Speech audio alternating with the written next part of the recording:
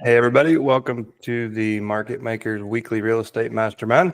John just handled our intro, which we didn't get on the recording this week. But I am Chad Corbett, for those of you who don't know me. One of your hosts, John Chin's also here. And today we're going to talk about probate, which is definitely my wheelhouse. For context, like I had first got my real estate license in 2005. Built a career in ski front, beachfront, whole ownership. So I was living in Maui, looking like from the outside, looked like paradise, and I was bored. So I ended up jumping to. I made a midlife.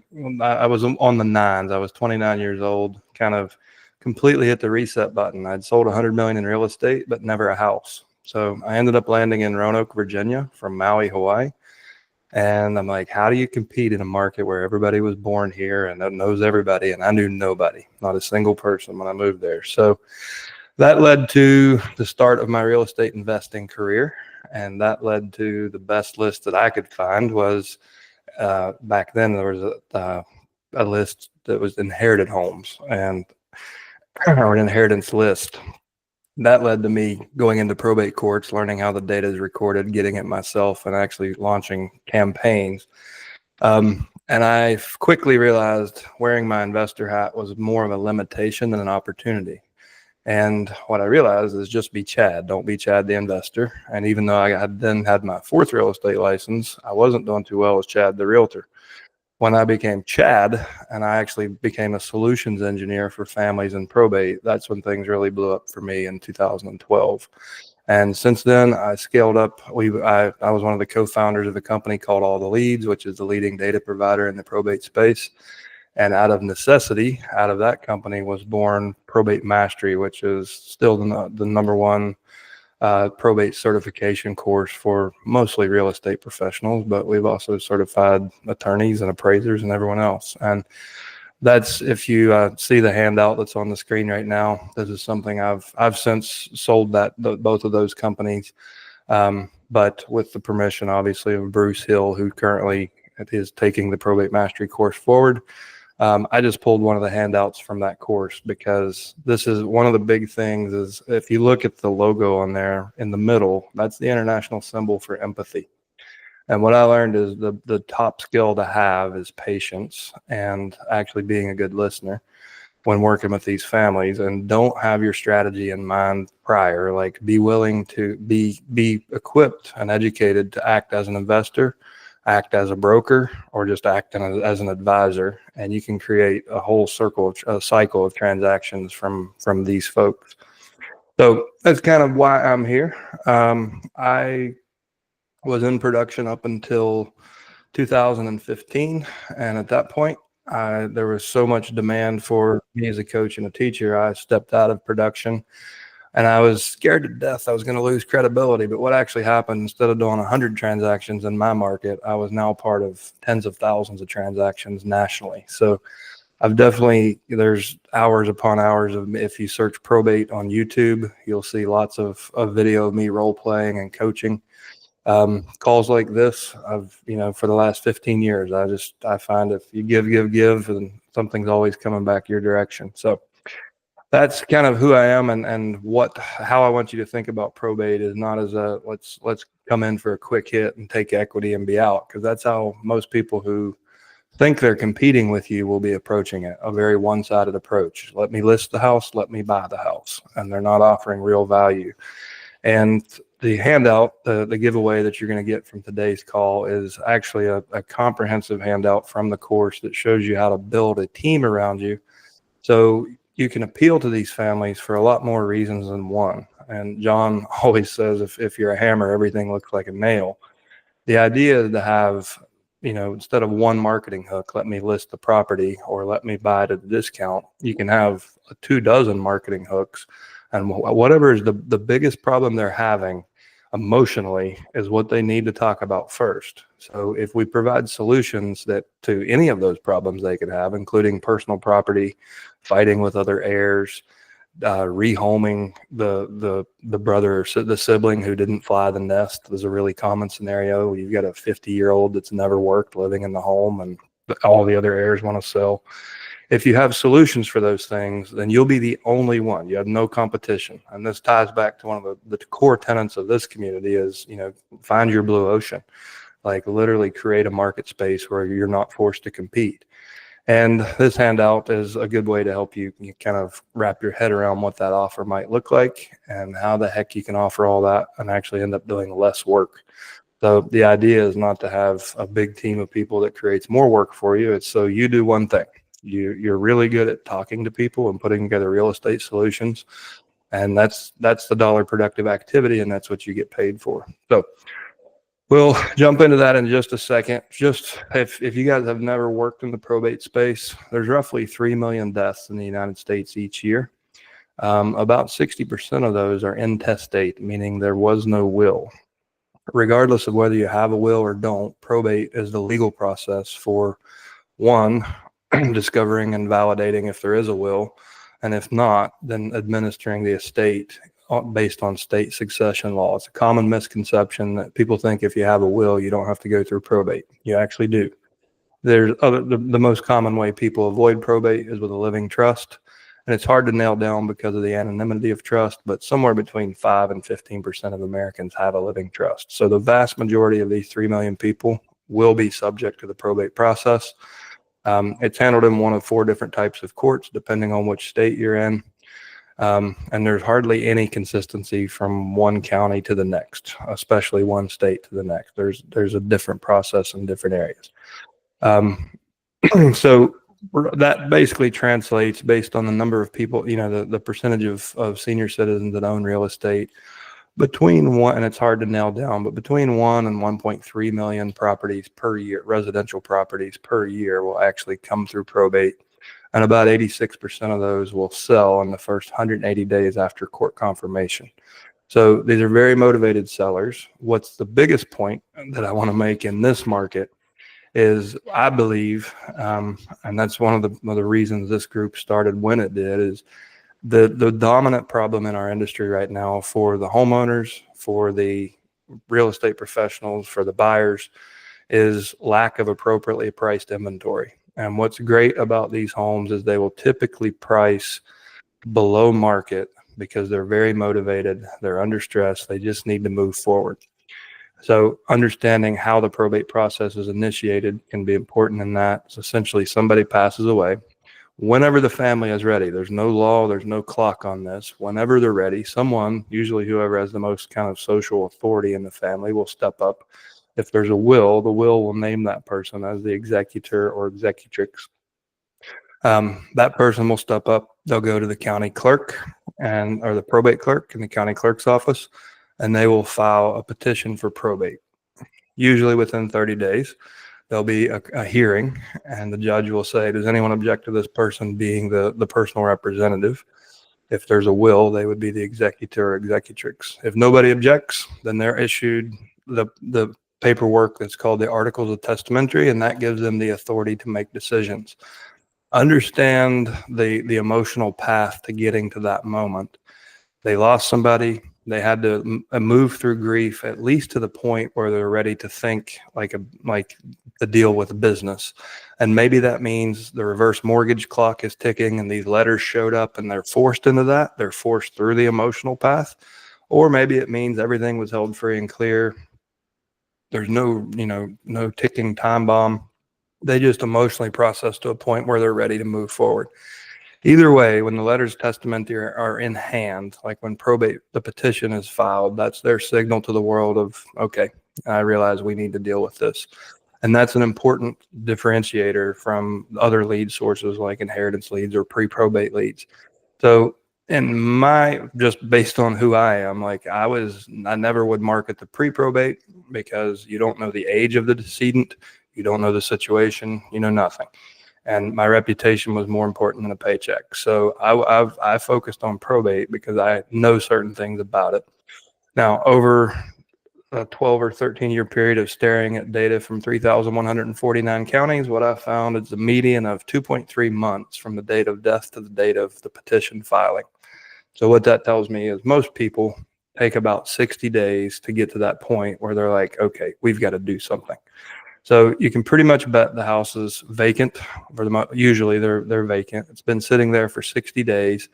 They only have debt on them. About a quarter of assets will have debt, and that's most commonly a reverse mortgage or a HELOC. Sometimes you'll uncover Medicaid liens and things like that, hospital liens, not that often.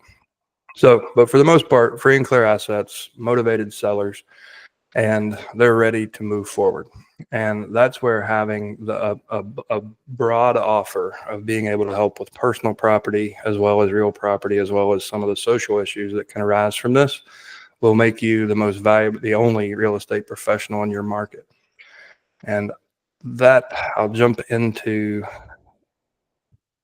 I have a mind map that I want to share with you guys. Kind of, this will be in the handout, and it'll show you ways to actually build this team. While you're doing that, Chad, if you guys have had any experience working with an inherited property, either one that you purchased or the one that you listed, share that on your chat, and just share briefly what you learned from that experience, if you wouldn't mind. You ever bought or listed and sold an inherited property? What did you learn in that experience compared to other types of deals? There's a few on here. I know Fed has. I know I Get saw. ready for the mind map, people. Zach is Zach. You're here. Nice to see your name, man. There's a couple CPE. So the certification for the course I mentioned earlier is Certified Probate Expert, and we have at least 3 of those on this call, just based on familiar names.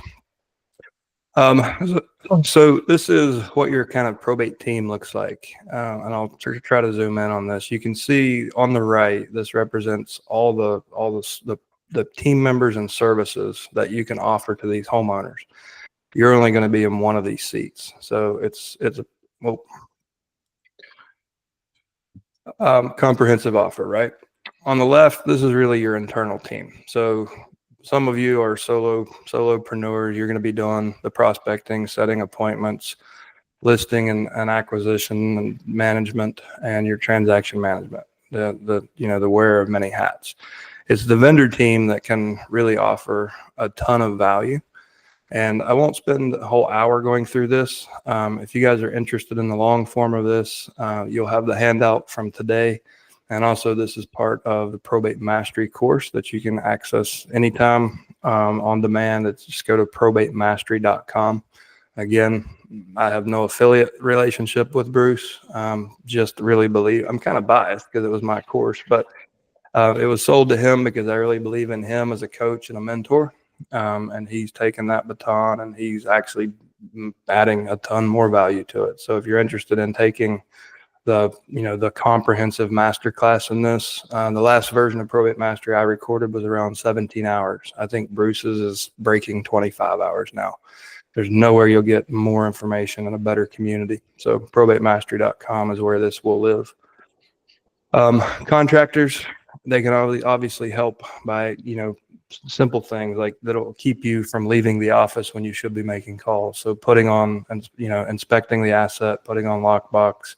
I teach people you can actually use your contractor as a lender for the homeowner for carrying invoices for 90 days while you can do renovations to raise the equity level in the asset. We use them for punch work, rehab, and just property preservation and security. Hey, Chad, a quick question, if I can just help everybody get some context with this. By having this probate team in place, can you speak to what that does for somebody who really wants to stand out from other agents or investors? Like, just kind of philosophically, why is having this team so important if you want to be competitive with helping people who inherit properties? Well, you can see this monster of a map. I would say if you look at the main branches represent each of the people on your team. The end branches represent all of the solutions to the problems that an executor could have. And like I said before, the first problem you need to solve for them is whichever one is the biggest emotional problem in their head right now. Oftentimes it's not real estate. It could be transferring a car title. It could be, what do I do with all of these guns? I hate them and my dad loved them and I have a house full of them. And it's by offering multiple solutions and by boldly saying, regardless of what your family needs help with, my team can help. It gives you this many reasons to have a real estate conversation. But what's important is what I said in the beginning about patience and empathy. Be willing to help them with anything, and you'll always earn the real estate conversation, and you'll be the only one they're having it with. So the whole point of building this team is so you have a vertically integrated solution that can help any family in any situation. And when it comes time, 80% of real estate in probate will sell, and usually within the first 6 months of after confirmation. So if you want to build a sustainable pipeline, you can delegate all of the tasks to these team members, but guess who gets the social credit and who gets the deal? It will come back to your desk because you're the one that helped them. Their attorney could do this, but they don't. They're overwhelmed and underpaid. And I have a whole separate course called Earn on how to approach this B2B by building an attorney network versus going direct to consumer. We can maybe talk about that in a future episode. But the attorneys don't have the staff or the skills or the network to provide a solution like this. Most investors aren't going to do this. Most realtors aren't going to do this. So this represents absolute differentiation in the marketplace by having a solution for whatever their problem might be. And the letters and the direct mail pieces we send basically say that it's not a direct, let me help you with valuing the real estate or let's talk real estate. It's more of, hi, my name's Chad. I have a team of people here in town that help families going through probate. And regardless of the problem, we have a solution. What's been the toughest thing for you so far? And then I know 5 minutes in, it's going to be a real estate conversation. But if I'm empathetic to their position, I give them a chance to vent. They will show me my service roadmap. They'll show me exactly what their biggest problems are. I'll simply start pulling those red flags and offering solutions. And then ultimately my interview questions will get into real estate. And then it becomes a more typical real estate conversation, all that you're used to having. So if you can have that level of patience to just hold back and deal with whatever their biggest emotional problem is, these are the people that you can delegate that to. So you're not stuck doing a bunch of work that's not dollar productive for you, but you will be the only one talking to them about real estate. And I don't know how practical it is to go through this whole tree. John, I'll let you decide. We have the handout. I'm happy to just go to Q&A, or we can keep this up and talk about certain branches. But yeah, just let's go over just very quickly who the specific roles are without talking about what they can do for you. We'll leave it up to you guys. When we post this in the Facebook group, you'll get to watch the recording again, but then you'll be able to see how to access and just download this file. And then you can go into a little more deeply so that you can set your businesses up accordingly. But I think something I want to emphasize too about what Chad was saying is that it takes a different type of mentality. I can't emphasize this enough. You really have to have a different kind of mentality when you're working with people who are dealing with a loss like this. And if you're really approaching it with a service attitude, describe Chad who does really well with these types of leads versus people who have failed with these types of leads. Yeah, I'll start with the negative. The people who do worse are the worst that I've ever seen are very seasoned prospectors that have had success with one tactic and one script. So the people who have really mastered FSBO and expired by beating their head off the wall for years and years and have one offer, one script, and think that it's a numbers game, they have a very hard time in this space. On the other side of the industry, the investors who are just we buy houses. Yeah, I need 9 no's to get to my one yes, and just have no compassion. They struggle with this. I'm not saying they can't be successful in probate. A broken clock's right twice a day. What they struggle with is delivering on this level of service and actually building it as a sustainable pipeline that will last for years and be a sellable business asset. The people who I've seen really excel tend to come from industries or positions where empathy was already part of that. So nurses do incredibly well. Former law enforcement or current, we have several CPEs that are police and firefighters. They're doing shift work and they do this on their off days. military, the veterans do extremely well. Anyone who was in senior care, anyone like in healthcare in general. So it seems like the people who already have a career that required empathy tend to do extremely well. The other, like as far as real estate, people who are already in the industry as realtors or investors, it's just the ones who have empathy and compassion, who can slow down and accept that there is no given script. There's no one thing that you say to every family. Each one of these is a thumbprint. But the people who are patient and that can either already have or can cultivate compassion and empathy. I've put many of those into seven figures in their first year. There's a couple on this call that are deep into six figures. I don't know if you guys crack seven, but those the people that have done best are the ones that are patient and actually care enough to listen, and they have usually a steady pipeline of these inbound. Thanks for that. Yeah, let's go over the different roles here, and then so people can have an idea how broad this team could be, Okay. and how comprehensive they can be, and then we'll go into Q&A and just talk about everybody's businesses and their deals. Yeah. If I scaled this out to where every single third party I've ever used was here, it would just be excessively large.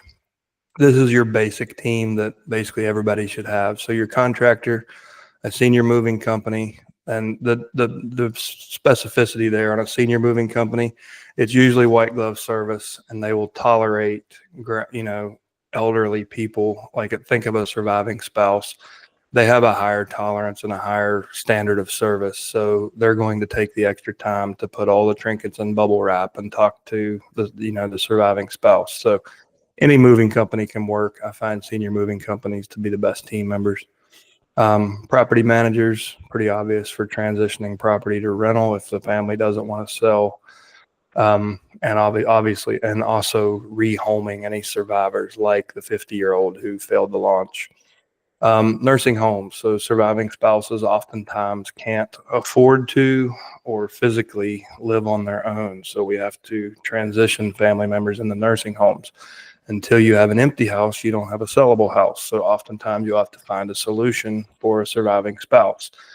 Having relationships with leadership at nursing homes can really help you do that quickly. If you feel inclined, you can even earn commissions for those things if you want to be a care manager or care placement.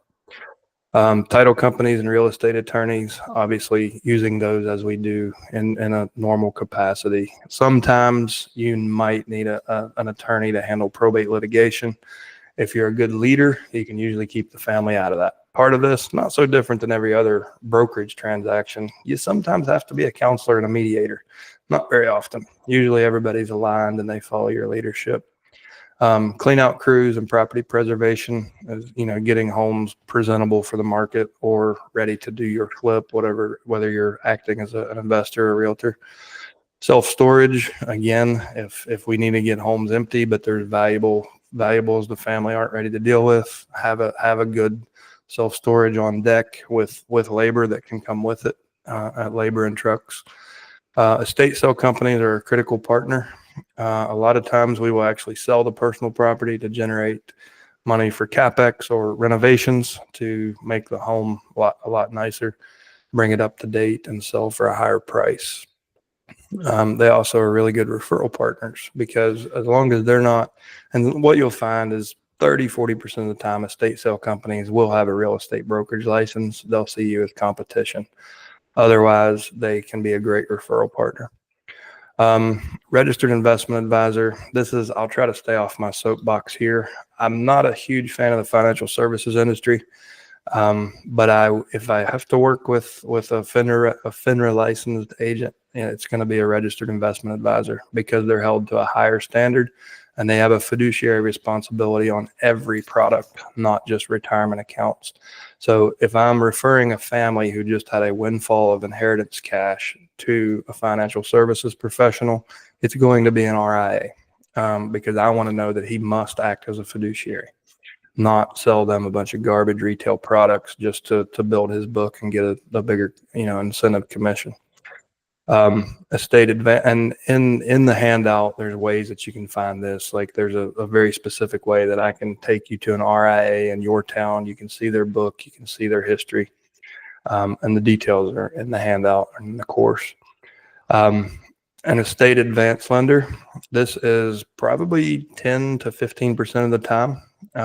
There are companies, mainly private equity companies, but you can also do this yourself. You can become the estate advance lender, but getting financing to rehome surviving family members, to renovate the house, to pay for whatever needs covered that the estate bank account didn't have liquidity for. You can essentially get an advance from these private equity firms with obviously high interest, but it can be repaid. It's designed to be short-term bridge financing, basically. An appraiser, so obviously for the obvious reasons we use them, but also for real estate, but also personal property. And I'm trying to stay away from stories, but the one that really sticks out was in South Florida. My former business partner he had a home under contract, but one of the hurdles to getting, or he had an agreement. One of the hurdles to getting the contract signed was dealing with a Lionel train collection, like as a single set. And nobody knew what it was worth. Everybody thought it was valuable.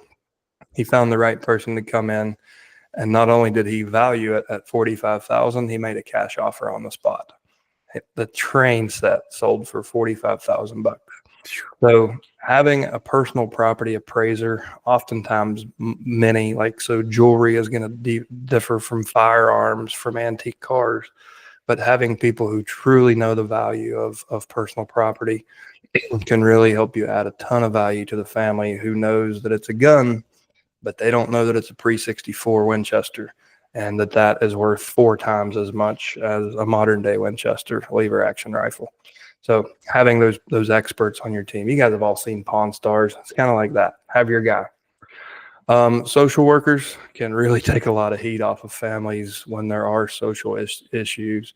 If the surviving spouse and that spouse is on Medicaid, and Medicaid's forcing the asset on the market, they can act as a liaison between you and a really painfully bureaucratic process. They can help you. Housing authority and social workers can help you rehome surviving, some of the heirs, like the 50-year-old who failed to launch. And then there's literally hundreds of social services available that they are aware of and on the leading edge of that they could help the survivors with. An estate planning attorney, this is different than the probate attorney sometimes. I tried to make sure that every client or customer that I worked with did not leave the probate process without a trust and at least a free consultation with a solid estate planning attorney. At a very minimum, I wanted them to have a will. If they had more than 6 figures in net worth, I strongly suggested they set up a living trust. The reason being, they now are at an emotional high point of dealing with the frustrations and the cost of probate. What a great time to make a vow to your family that they won't have to go through that when you pass away. So these are great referral partners too. And you can earn the probate real estate referral by giving the estate planning attorney a trust referral. And there's an entire course on this too. The EARN course covers this in great detail. A real estate investor. So this comes down to where you might already be these next 2 team members. Real estate investors can refer listings from junk leads from other lead types, so that if their 9 no's can come to you as listing referrals. Obviously, they can bring you cash offers on a probate asset. They can become the lender, the cash advance lender, or even maybe the short-term bridge lender.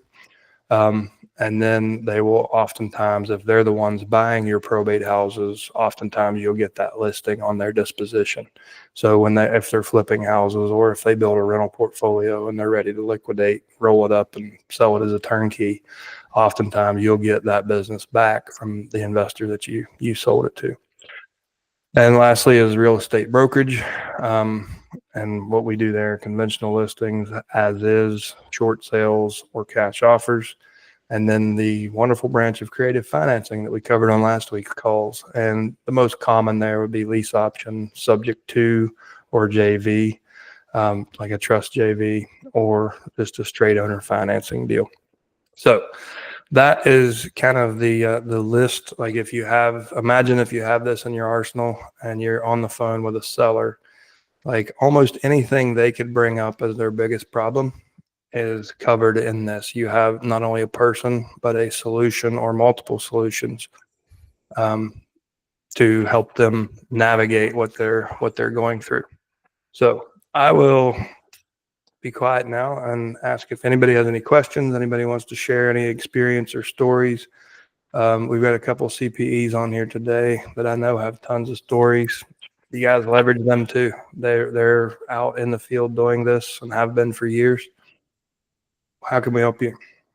Chad, I'll be super quick, just because I need to get on a flight. But I wanted to piggyback just about how advantageous the mastery course was, the one that you did, and just the way that I'm an agent. The way I was able to position myself in front of attorneys and/or personal representatives and all that stuff. And to your point, if you just play the long game and are patient and do show empathy, like sometimes you are fixing a problem for an attorney, and sometimes all they need is a clean out crew or whatever that may be.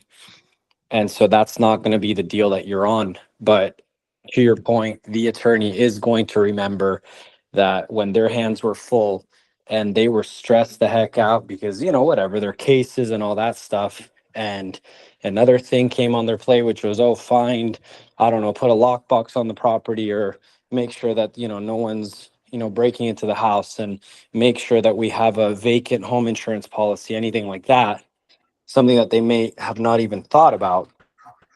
When you take that off their plate, then next time around, they're definitely coming to you. I mean, it's good. It's a no-brainer that you're going to be the first person on their mind. Yep. And guys, I want to brag on Fed a little bit. He's in the LA market, which is probably the most fiercely competitive market in probate, just because there are people selling the list of monthly probate filings for super cheap. Despite that, he found success in a really competitive market and in the higher end of that. And Fed, you've been doing this for what, 5 years or longer? Probate since COVID, so 2020. Yeah. Real estate longer. What I thought. 13 years. Yeah, but specifically probate, I remember Mhm. I thought it was so. I mean, and that's in one of the most competitive markets, just because there's so much pressure, because so many unskilled people grab that list and put pressure on the families and the attorneys. So don't let your market scare you away. Don't like I said, if you're doing this way, you essentially have no competition. So thanks for sharing. Zach, good to see you, man. You can unmute yourself. Good afternoon, all. Certainly, I owe a thank you to Chad. It tied well. I went through a personal story with my dad.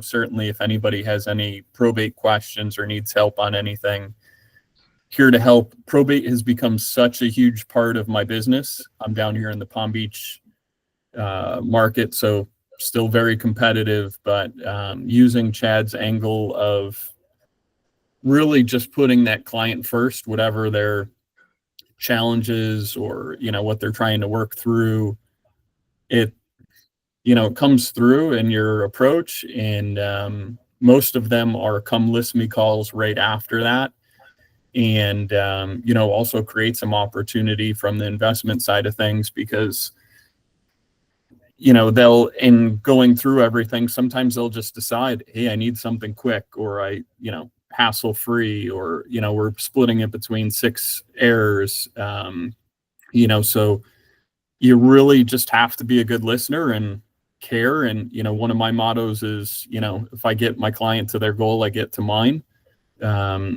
Because you listen to what they want, identify a game plan to get there, and we all benefit from those things. And probate has been huge to me over the years, and very rewarding, sometimes slow, but I constantly have a pipeline of people that are reaching out, and sometimes I'll get a call 3 to 6 years later. I've been doing it for, it'll be 8 years in July.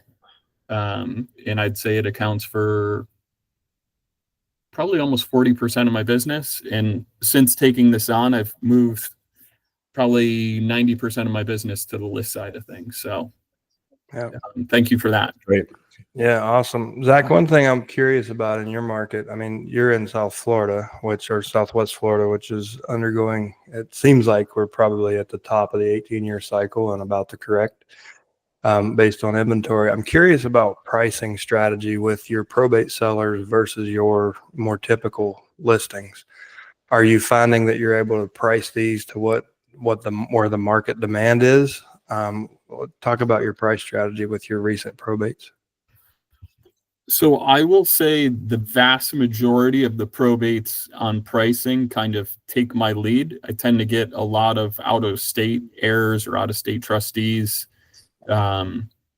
That's kind of my niche, and certainly a target. I know everybody isn't in the market that I am, but that's like anybody in Florida for sure. You should be targeting those out-of-state heirs on those lists.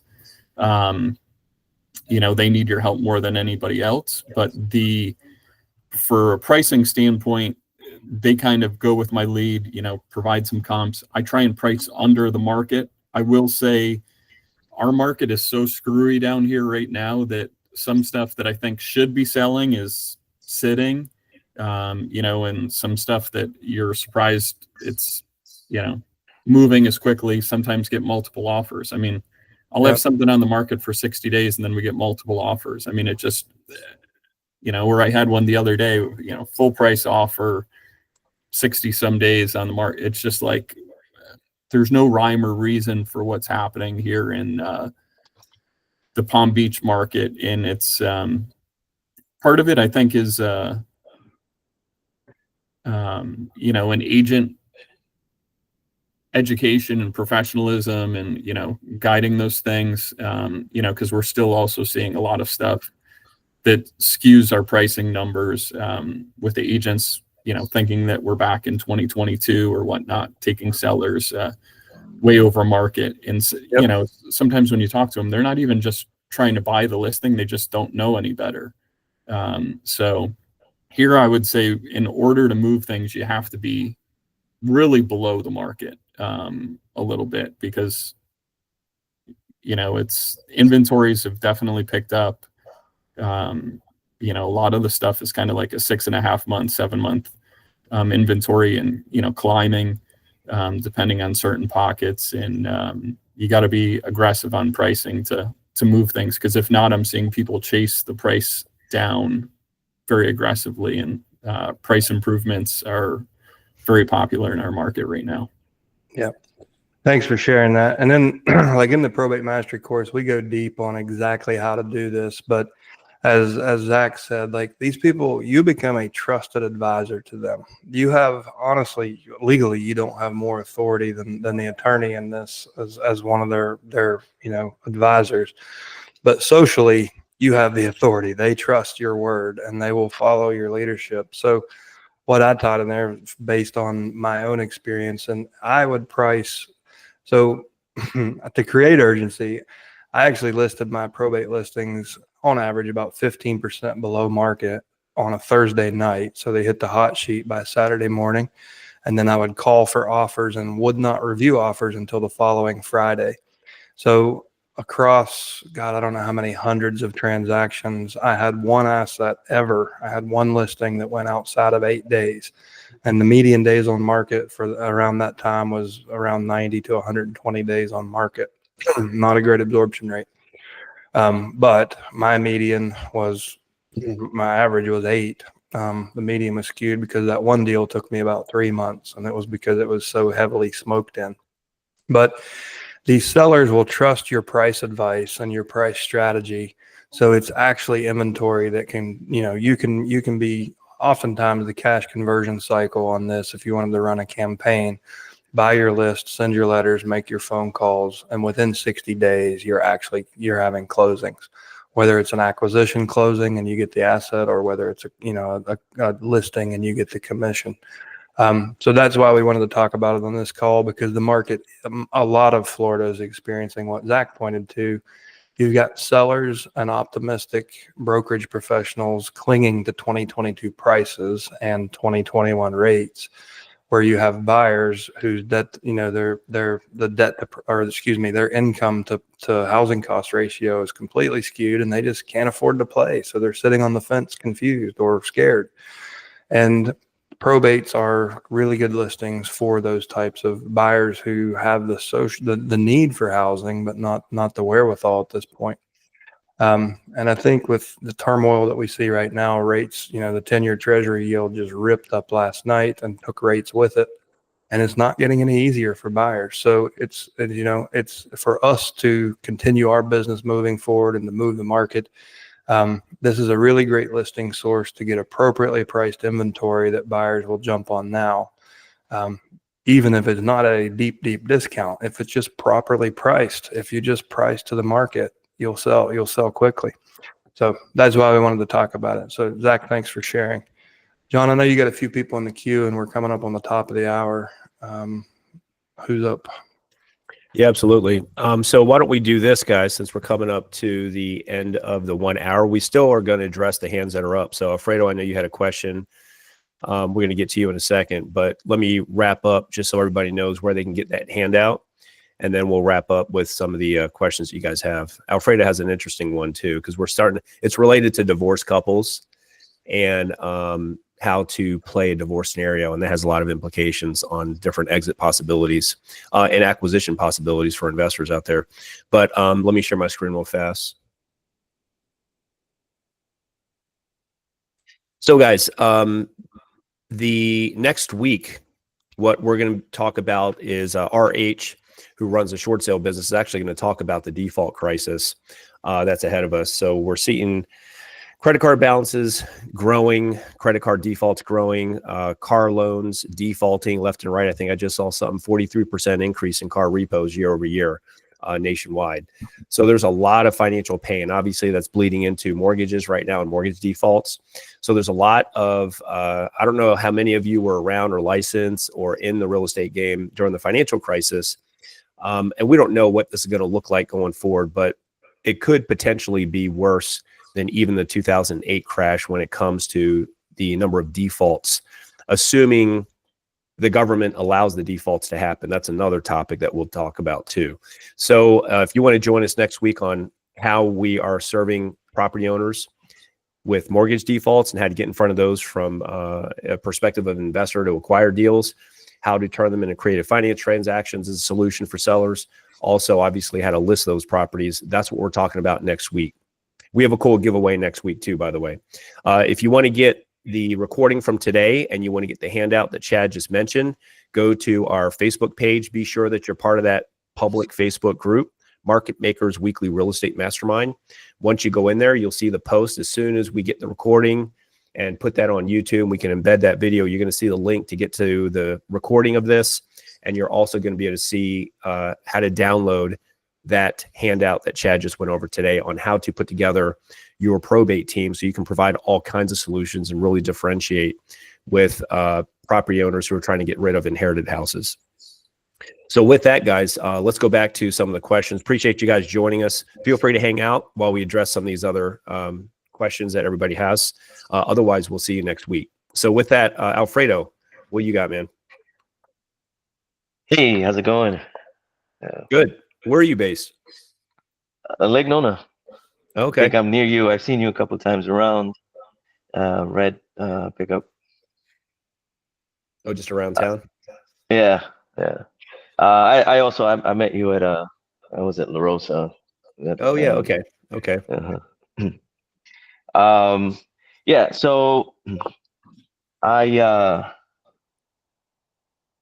so I've been trying. I've personally been trying to do some investing and going for trying to speak to people who are in foreclosure status. And I came up to this lady who she the home was under her name, and she got married, and she then decided to put add him into the title, and now they're no longer. Um, she's the home is in a foreclosure status, uh, pending for next month, and she has probably about 150 in equity in the home, but she's like, I'm just gonna let it go because I don't want him to get anything. So I'm like, I try to explain to her there's several ways, to go about, just not losing a home, not getting something out of what you've So what you're saying, worked what hard you're for. saying is that you're trying to work a deal with somebody who Mm, has a foreclosure sale scheduled next month, hmm and they're divorcing, and Well, they're divorced, I guess. they're divorced. Are they both Yeah. on the deed and both on the mortgage? Do you know? hmm I know that they're both on she ended up putting him on the deed. So they're both But on the So but deed. not the yeah. note. I'm not 100% sure on that. I didn't ask for that. Do you have good rapport with her? Yeah, she was very nice. She was older, but You need to have the cutting off your nose despite your face conversation with her, because the fact that she put him on the deed but not on the note, it's destroying her credit. If it right. goes if it goes to auction with 150,000 in equity, what happens to the surplus? It goes back into the divorce. So she's going to split it with him one way or the other. She's just going to split a much smaller amount if she lets it go to auction. Like, Okay. this is a matter of ego, and this is where, like, the reason I ask if you're in rapport, like, really, like, having the respect of this person can help you get them out of their own damn way. Like, she's going to be the one that hurt. She'll hurt herself more than him, and that's hmm all because of her ego. And I get it. Divorce sucks. I've had to help people navigate it. It gets ugly, but this is completely irrational behavior. And not only will she get less equity, he'll get the same amount. He's going to get the same check she does when it all settles. But she's also going to be the one carrying a major scar on her credit. Like, in no way, like, if especially if you see yourself as her fiduciary, in no way would I ever suggest she do this. So whether that's, if you need a third party to help counsel her, like if you need to bring in her attorney, whatever you can do to kind of get beyond her ego and have a practical conversation, like what's the rational thing to do here? It's certainly not the course she's taking. Yeah, yeah. I know. She was just like completely over it when I went. I met her. What's your end She. game? You want this one for yourself? Yeah, I was trying to. Yeah. Are hmm you capitalized? Like, you're prepared to close quickly? Yeah. Do you have a payoff statement? Mm, no, I In don't other words, have. Uh-huh. what her Go ahead. balance is going to be to square her away on that loan. Yeah. She's based on the amount due. Um, it reflects 159, I think. Right. You're going to have some penalties and legal costs in there too, because they've already filed an OD. So it's a higher number than that, but not by a ton. Yeah, What because I'm what I'm getting it at all the is, no, I was just saying all the fees were included in that page. So you're saying there's going to be oh, additional. Yeah. no, if you have, so okay, I just thought Mm, you were talking about the arrears. So you actually have the payoff amount. Yeah. Okay. So now you have to ask, am I a buyer would I rather buy with no competition at the house or at the courthouse steps with every other competitor? And what do you think it will sell for at auction? You can take this back to her. If you believe it will sell for, for less at auction, and you have a number that you'll give her today to not compete at auction, then you could take that path. Or you could just let her be stubborn and go to auction. Yeah. I mean, it'll probably sell. It'll sell probably about three. Um, Alfredo, it's about 310, but I don't know. I'd probably put in a little less to be competitive. But Alfredo, have you seen the Mhm. house? yeah, I saw it. Okay. It's What, not what, it's not it's not bad looking. It's somewhere in Claremont, and three quick questions for you. mhm. So we already know the payoff amount's about let's call it 160-ish, right? The after repair value would be what once About all the 310. repairs are done? About 310. Okay, 310. So Mhm. then what would be the estimate cost for repairs that you would budget based on what you saw? Do you have that number? Yeah, it wouldn't be that much. Uh, the roof doesn't look bad. Windows are not bad. I didn't walk into the house. She didn't let me get into the house, but from what I can see, it didn't look. I couldn't see the kitchen, but I can see like the living room area. It don't look bad, and the area was not that bad either. So there wouldn't be much Let's cost. I just think it would be a quick turnaround. I think. Okay, so let's just say for the sake of simplicity, then we'll call it a cosmetic rehab of 25 grand. Yeah. Maybe paint carpet and power wash and some other things. So if it's a really light cosmetic rehab, you got 25,000 into it plus the ones. So really at the auction, then I mean, if you're thinking from an investor's perspective, they know they can sell it for 310,000. If that's the after repair value, then the most they're going to pay for it at auction is probably going to be, I mean, if they account for rehab, because they're not going to be able to see the house before they can bid on it, but that somebody would have probably been to the property, look through the windows potentially at best. Well, she lives there, so I don't. That's what I'm But saying is yeah. usually people who buy at the auctions, they're doing title research beforehand and they try to physically go see the house. If they can get in, they will, but if they can't get in, then they have to kind of make their rehab estimations based on what they can see from the outside, not knowing what the interior looks like. So, you know, from that perspective, she's probably not going to get much at the auction. Even there will be a surplus, but from an investor's perspective, I can sell that for 310. Then, and I know I'm going to be putting in. I mean, they're probably taking a very conservative guess on the rehab because they don't know what it is because they've never been in. So let's say they assume like 50 grand, 60 grand in cosmetic interior because they can see the outside. Then, you know, just the rehab with no profit and commissions and closing costs, the most you're going to pay for that is about 225 to 230 at most, right? So if they have to account for profit, then you're going to see bids probably around 200 on the high side. So you're yeah, talking you would. about, I would think you would think that, right? But like I've been seeing like people just, and I listened to one of your it was Trust This. You were on Trust oh This, yeah, we and were talking, oh how yeah, you were talking about how people would just pay at regular price to get a bonus depreciation. And oh I yeah, if don't you're know. an I investor mean, for buy and yeah, hold, but nowadays with the inventory situation, where's the property? Don't tell us the address, but like what part of town? it's in Claremont. It's in Okay. Claremont. Yeah, so you don't have as big a glut of inventory there, but yeah, so I think that I mean at the auction, people who are buying at the auction are a little bit more sophisticated. So I'd be shocked if somebody paid market value without even seeing the house, not knowing what potentially could be wrong with it on the inside as well. Yeah, I don't know, man. So, Because I've been like on the tax deeds, on the bank deeds, and people just paying like, I mean, they're paying like, after repair value prices on these things. I'm like, what is wrong with these well, if people? that's the case and you're expecting that at Claremont, then she's got to have a lot of money she's just walking away from out of pride, Right.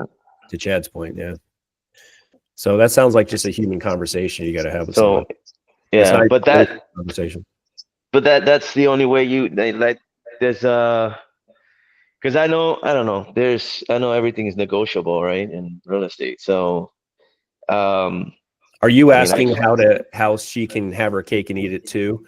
Where yeah, I think what you yeah, might be correct. asking is, how is she able to sell this, put all that in her pocket? Like And what do that? how would right like how would what is there room for her to say, okay, I can do this in a way that you can come out on top, even though you don't want this person to come out on top.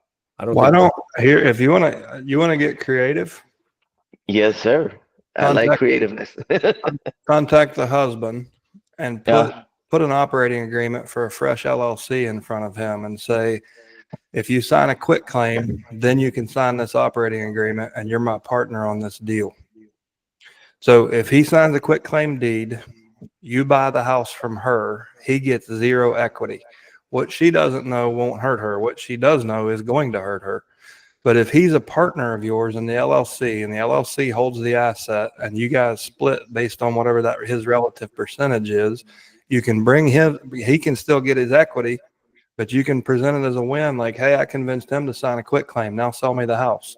And then he makes up his equity on the back end of your deal. Mm, That's creative, but it would that work. is. And it's completely above board. He can do whatever he wants. He can sign that quit claim. And she has no right, neither does her attorney, to tell him he can't be a business partner in an LLC. and get what's rightfully his. Mm. Yeah. I'd So, be but curious so to know- that so they'll do so he'll sign a quick claim deed, and then, well, he'll be a partner in the LLC, sign a quick claim deed. She'll sign the quick claim deed as well. Yeah, I would get under But contract. he would be as a partner. That'd be a separate Dude, document. yeah, and you've got some social finesse that has to be used here because Mhm. you need to explain to her why he would be willing to do this. And I would say it's just I don't want to be, he's worried about the liability of being sued after the foreclosure is what I would probably say. Is I'm willing to just put an end to this. I'm willing to sign over my equity. Fuck it, I'll sign a quit claim. I just don't want the liability since you're going to let this happen. And then, but make sure the finesse is you don't want him to quit claim his rights and then not be able to close on the asset. So you need to execute both documents. And I would say in front of an attorney, execute both documents simultaneously. And then I would record the purchase agreement. I would record a memorandum of sale against title if I were you. Go straight to the county clerk's office and record a memorandum of sale. And that says to the lenders, the title companies, anyone who's looking at this as a pre-foreclosure, shit, it's under contract. And close it as fast as you can. And you could even, in the operating agreement, you can say your vesting of equity is contingent upon the closing on asset at 123 Walnut Street in Claremont. Otherwise, he doesn't vest equity in that. So I don't know. You never know what's going to happen. There's certainly a legal way to do this, but it will take some conversational skill to do it this way. Yeah. Yeah, I like that. I like that. This is the stuff I like. Yeah. More complicated. Yeah, the I mean, better, straight up. oh But, man, I don't know. Have you ever? I don't know. Have you ever heard of Rick Auden? I haven't. No.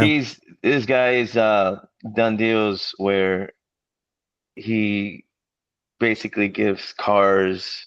He adds stuff into the contract in order to make the deal. It's like, Dude, I used a different- tractor once in Virginia on a 12-acre mini, like a little horse farm. I used a tractor as a gambit to get a deal done. Yeah. Yeah. Yeah. He'll say, what if? Yeah. What if I get to this? Or what if I can do this? Or it's this is stuff I like. So Well, Alfredo, keep us posted Yeah. on that deal, okay? yes, sir. All right. Thanks for sharing. No, thank you guys. I appreciate it. Anybody else have anything? Okay. With that, we'll wrap it up. Thanks so much, guys. We'll see you next week. Have a good one.